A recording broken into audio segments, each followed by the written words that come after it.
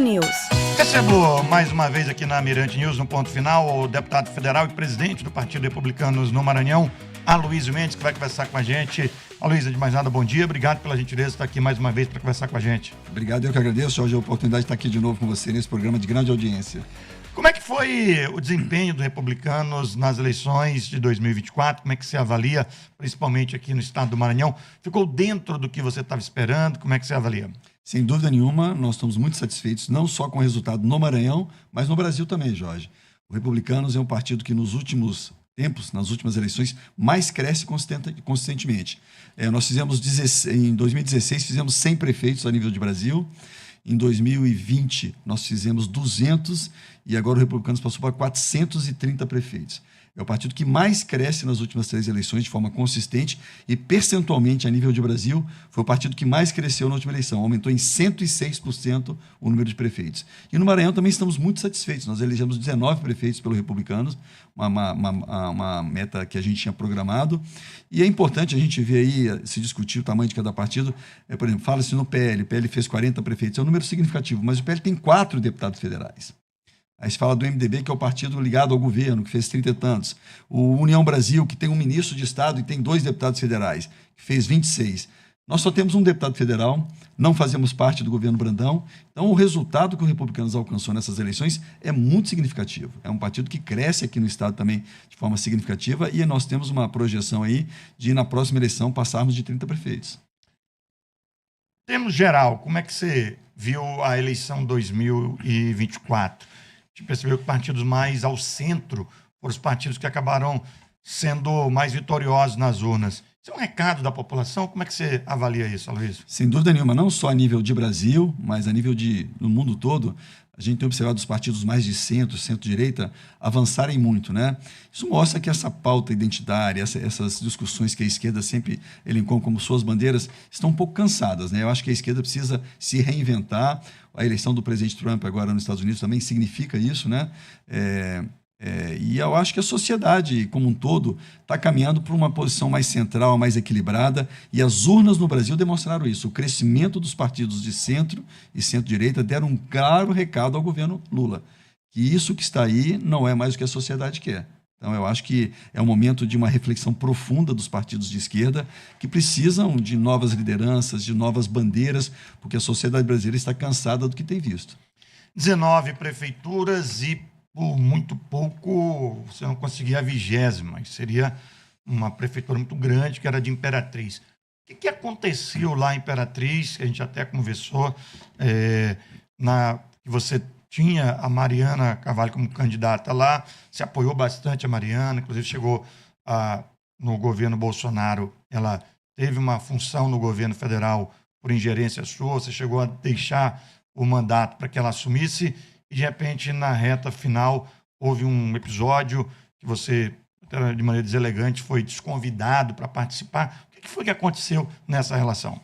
Olha, Jorge, essa é uma página para mim, na minha história, virada, né? Mas, assim, para falar muito rapidamente sobre esse episódio, quem conhece política e quem acompanhou, como você fez uma síntese muito clara aí, do que nós fizemos pela candidata Mariana Carvalho nos últimos anos, levamos ela a Brasília para ocupar uma posição importante no governo Bolsonaro, ela foi coordenadora do PA por indicação minha, até com resistência do ministro da época e do próprio governo, porque era muito nova, achavam que não dava conta, nós bancamos a ida dela a Brasília, após o período que ela precisava se desvincular, porque ela pretendia ser candidata a deputada federal, nós trouxemos ela para o partido, coloquei ela como vice-presidente do partido, apoiei ela em vários eventos no estado para que ela tivesse uma projeção, teve uma votação expressiva em função de todo esse apoio que nós demos a ela. Para culminar na reta final, ela tinha um adversário na disputa por Imperatriz, que era um deputado federal, o JP, e eu me licenciei 4 meses do mandato para ela, que ela pudesse assumir e pudesse lá na tribuna e na Câmara fazer esse contraponto ao JP, né? E com isso ela cresceu em envergadura política, não só no Maranhão, mas principalmente em Imperatriz. Mas, como eu disse naquela entrevista, lealdade, gratidão e caráter nem todo mundo tem, né? E, infelizmente, a candidata mostrou isso, né? No episódio onde o prefeito Braide, num gesto de agradecimento ao apoio que eu tinha lhe dado aqui em São Luís, o único deputado federal, presidente de partido que ficou ao lado dele, disse, olha, eu quero ir à Imperatriz ajudar a sua candidata, quero lá fazer um gesto. Se dizia muito na época Imperatriz que sem o governo do Estado, a Imperatriz ia entrar numa situação difícil, E ele queria mostrar que não, aqui em São Luís fez a melhor gestão da história da nossa cidade, se elegendo com mais de 70% dos votos, sem nenhuma ajuda do governo do estado. Então ele queria levar essa mensagem para ajudar a candidata Mariana lá.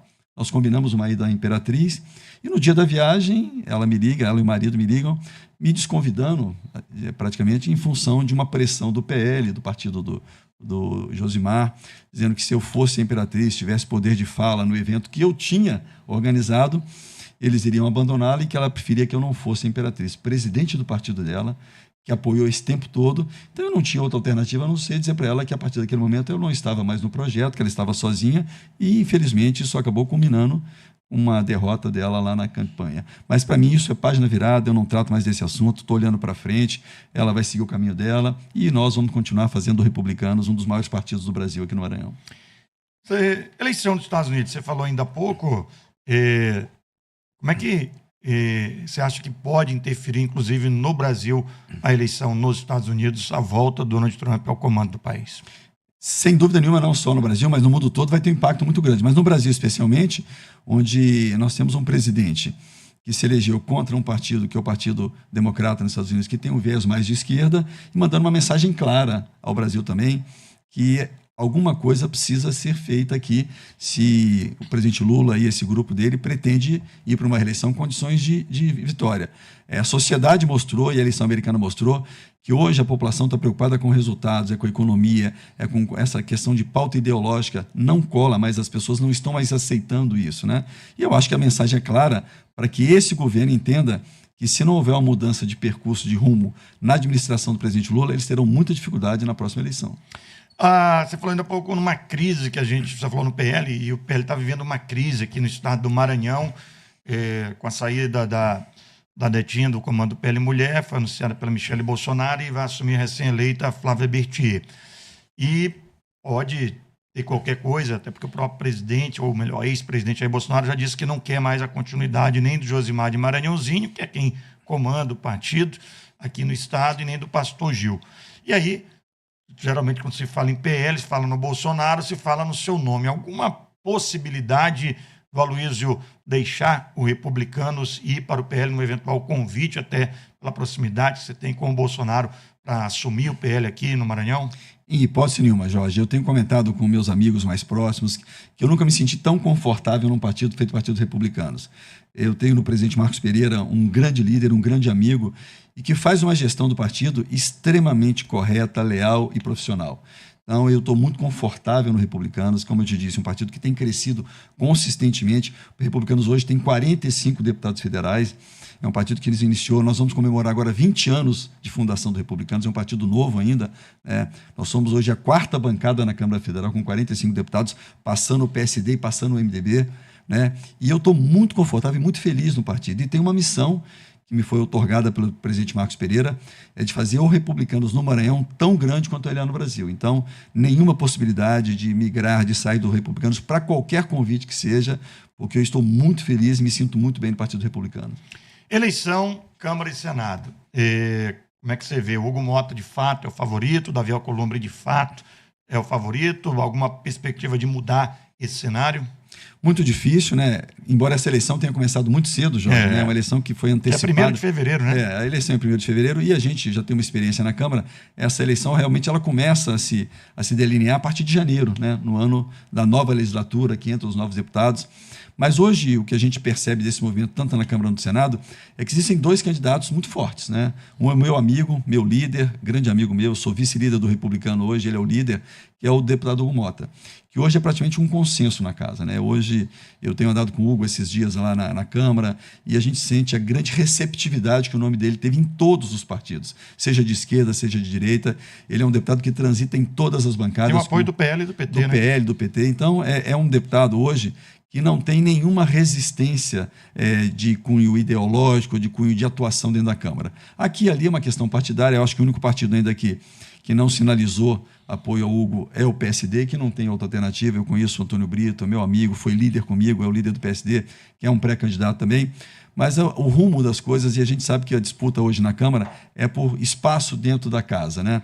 E se o PSD ficar isolado com uma candidatura hoje que não vai para lugar nenhum, o PSD perderá um espaço muito grande na Câmara. Então, eu acho que vai haver um consenso em nome do Hugo Mota e que nós vamos para uma eleição, e eu acredito, até brincando com o presidente Arthur Lira a semana passada, talvez com uma votação maior do que ele teve, que foi a maior votação da história da Câmara, né? E ele até brincou, diga, se for, eu fico satisfeito, porque é o meu candidato também. Então, eu acho que na Câmara está bem resolvido. O senador Davi Alcolumbre também consolidou hoje um favoritismo muito grande no Senado. Eu acredito que hoje a posição do Hugo Mota ainda é mais confortável, né? Mas o Davi é muito hábil, tem o apoio da grande maioria dos senadores, e eu acho que não teremos surpresa, nem na Câmara, nem no Senado. Agora, isso dá uma dimensão maior ainda para os republicanos assumir o comando da Câmara Federal? Sem dúvida nenhuma, a gente sabe a força que tem o presidente da Câmara, e brincava com o líder Hugo Mota na semana passada, e a gente fazia um paralelo que quando o presidente Arthur Lira assumiu a presidência da Câmara, o PP tinha 31 deputados. Hoje tem quase 60, 55, se eu não me engano. Né? E eu dizia, Hugo, olha, nós somos 45, você tem que fazer pelo menos 60 deputados na próxima eleição. Uma brincadeira, mas é verdade. A posição de presidente da Câmara, a possibilidade de crescimento do partido na gestão do Hugo é significativa, aumenta muito o potencial do partido, é uma atrativa, a gente briga que parece mel com abelha, né? O presidente da Câmara tem uma série de atrativos, e eu acredito sim que nós vamos sair dessa eleição de deputado federal muito fortalecido com a gestão do presidente Hugo Mota. E o que a gente percebe também é que vai ficando no Nordeste, né? Porque nordestino, mais um nordestino, paraibano. Muito, e assim, muito cioso das suas raízes nordestinas. É um político muito novo. O Hugo é um deputado novíssimo, de 4º mandato, mas foi o deputado federal mais novo quando entrou na Câmara e passou por esses 3 mandatos, concluindo o 4º mandato agora, com uma atuação destacada em várias. Eu lembro a minha relação com o presidente Hugo Mota, com o líder Hugo Mota, foi da CPI da Petrobras. Quando eu cheguei na Câmara, ele é o presidente da CPI, eu fui escolhido pelo meu partido para ser integrante, e a gente estreitou uma relação naquela época. E para você ver, foi talvez a CPI mais importante nos últimos 40 anos no Brasil, que funcionou no Congresso Nacional.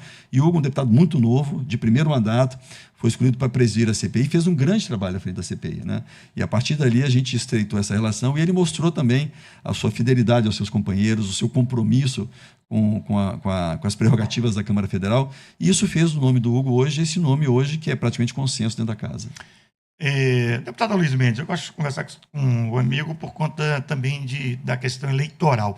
E às vezes a gente precisa analisar a eleição, os recados que mandam para a gente.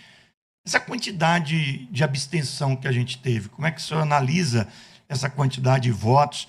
Será que, de repente, não pode ser visto a questão do voto obrigatório, ou ainda é importante ter o voto obrigatório no Brasil? Olha, esse foi um sinal claro do eleitor que essa polarização que o país vive está desagradando a sociedade como um todo, né? Então, os números são impressionantes do número de abstenções, ela tem crescido nos últimos anos, mas essa eleição especialmente, ele foi muito alto. Pega a abstenção em São Paulo, né? Foi uma coisa que nunca se viu.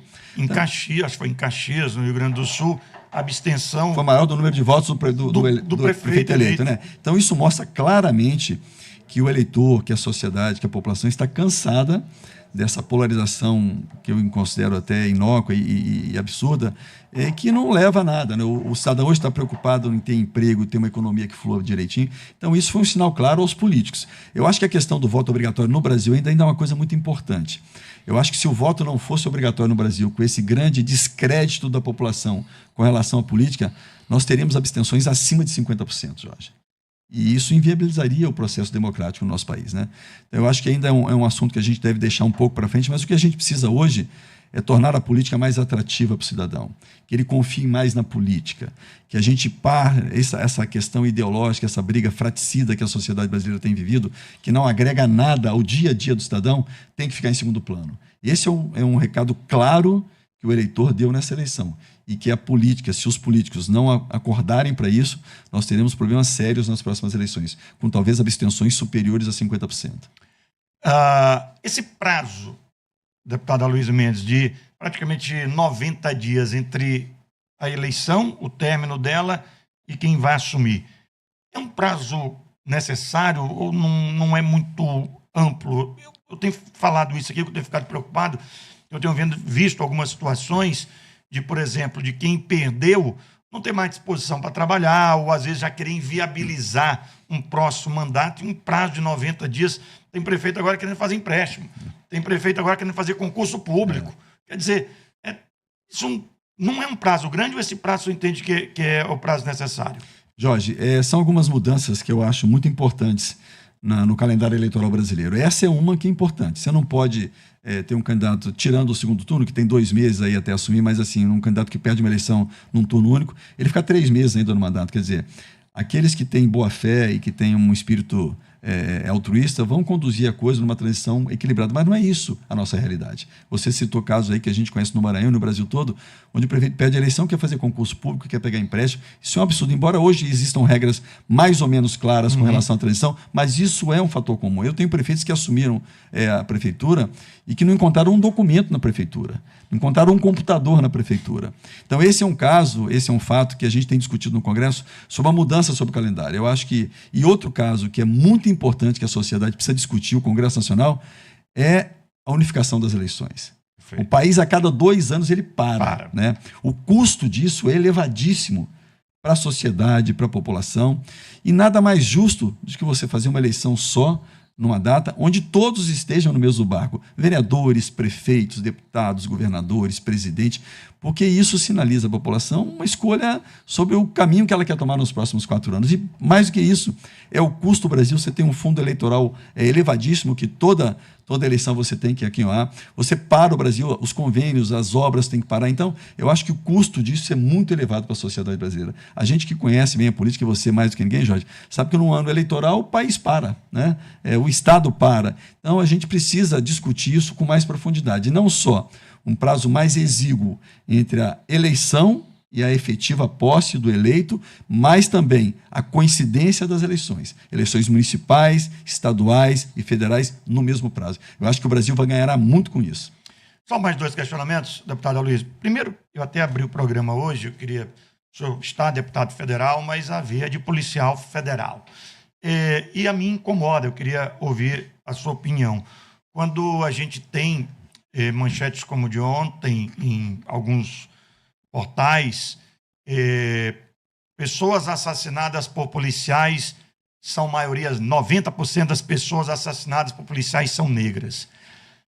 E o texto, basicamente, é querer imputar no policial o cunho racista. Claro que a gente tem que combater o racismo, tem que trabalhar para isso, infelizmente ainda existe e muito, mas generalizar e falar isso de uma maneira sem detalhar por que aquelas pessoas foram assassinadas, estavam no confronto com os policiais, quantos policiais foram mortos também. Isso não incomoda? Como é que o senhor analisa uma situação como essa? Olha, incomoda demais. E a gente tem discutido muito isso na Comissão de Segurança Pública. Uma coisa que me chamou a atenção, Jorge, e tem me chamado já há muitos anos, mas agora especificamente, a gente faz pesquisa nessas eleições municipais, fizemos em vários municípios, e dentre as perguntas que nós fazemos é aquilo que mais incomoda o cidadão. Nos últimos 8 anos, segurança pública sempre esteve no segundo lugar como a maior queixa da nossa sociedade. Mas nessa eleição, não só no Maranhão, mas eu conversei com meus colegas na Câmara, o assunto que mais incomoda o cidadão brasileiro hoje é a violência, né? E essa generalização que você disse, eu vi essas matérias nos últimos meses, agora nas últimas semanas, são absurdas. Não se fala, por exemplo, quando se fala a maioria dos mortos em confrontos com a polícia são negros e pardos, como se houvesse uma questão racista nisso. Agora não se diz que 66% dos efetivos das polícias militares, civis e federais do Brasil são de negros e pardos. Então seria o racismo do negro contra o negro. Isso é um absurdo, não existe. O que tem que levar em consideração é que a violência, a gente sabe, ela é mais emergente, mais latente nas áreas periféricas. E essas áreas periféricas, ainda por um descompasso social da nossa sociedade, ela é majoritariamente povoada por negros e pardos, né? Então, não se pode fazer essa generalização absurda, nós temos que ter muito cuidado com isso. É claro que nós temos que fazer correções profundas nas nossas polícias, mas essa generalização causa um desestímulo nas forças policiais e uma injusta imputação neles de um caráter racista. Eu estava falando com um colega do Rio de Janeiro, que é deputado federal e é policial militar no Rio de Janeiro, que a estatística da formação da Polícia Militar do Rio de Janeiro, 72% dos policiais militares do Rio de Janeiro são negros e pardos. Então você acha que o negro, o pardo, policial, ele vai matar o negro e o pardo por uma questão de racismo? Não é essa. Não é essa a razão disso. A razão é social. Nós temos que atender o social. E mais uma vez, enquanto a sociedade não entender o caráter importante das forças policiais, que precisam sim de correções, precisam de uma formação melhor, mas enquanto se imputa na polícia um caráter de criminosa, de agir ao arrepio da lei, nós estamos desestimulando a polícia a trabalhar em prol da sociedade. Essa discussão tem que mudar de patamar, mudar de nível, e precisamos entender, nós temos problemas, mas não é assim que nós vamos resolver esse problema. E, para a gente finalizar, uma bandeira sua vem levantando há muito tempo e a gente teve uma vitória e, de repente, a vitória não foi como a gente esperava. A questão da saída temporária, que passou, só que agora entende a justiça que não pode retroagir, salvo para benefício do réu, baseado na Constituição. E aí só vale a saída temporária para quem for condenado a partir da vigência da nova legislação. Como é que vocês receberam essa notícia? Olha, Jorge, a nossa intenção, quando aprovamos esse projeto, eu fui um dos idealizadores dele, era que essa decisão passasse a vigorar sobre todo a massa carcerária. Mas existe hoje uma discussão jurídica com relação realmente à retroação de uma lei com relação a prejudicar quem está preso, né? A Constituição tem um dispositivo que diz que quando for para penalizar ou agravar a pena, ela não pode retroagir, apenas quando for para beneficiar. Nós vamos discutir isso ainda no Supremo Tribunal Federal. Mas mesmo que essa lei só possa valer a partir do momento que ela foi aprovada e sancionada, já é um grande avanço para a sociedade. Nós vamos discutir essa questão da retroatividade, eu acho que existe espaço para uma análise mais profunda, pelo menos que se endureça o critério de avaliação de quem pode sair ou quem não pode sair, porque hoje não existe esse critério. A lei é clara com relação a isso. O preso, para se beneficiar da saída temporária, ele tem que passar por uma análise criminológica, sociológica, isso não existe, né? A gente vê isso aí, tanto que o número de pessoas que não voltam. Agora, mesmo que a lei, nessa discussão junto ao Supremo, ela não retroaja para atingir aqueles que já estão presos e a gente apenas endureça o critério de avaliação, já foi um grande ganho para a sociedade. Porque daqui para frente, ela não vai ter mais. Quem entrou no sistema prisional a partir da aprovação da lei não tem mais direito à saída temporária. Deputado federal Luiz Mendes, queria lhe agradecer por ter vindo aqui, sei que o senhor tem um compromisso agora, parabenizar pela vitória dos republicanos, né? Como você bem disse, o partido que no Maranhão tem um deputado federal, não tem aliança com o governo, não tem senador, e mesmo assim conseguiu aumentar bastante o número de prefeitos, chegando a 19 prefeitos eleitos nessas eleições, e desejar boa sorte aí nos próximos 4 anos com esses prefeitos, obviamente na sua caminhada na Câmara Federal. Muito obrigado, Jorge, eu te agradeço a oportunidade de estar aqui e dar parabéns a todos os republicanos do Maranhão. Nós estamos muito orgulhosos dessa luta dos nossos correligionários, dos nossos candidatos, e temos certeza que os republicanos têm um futuro muito grande, não só no Brasil, mas aqui no nosso estado do Maranhão. Obrigado e até uma próxima oportunidade. Conversei com o deputado federal Aloysio Mendes, do Republicano.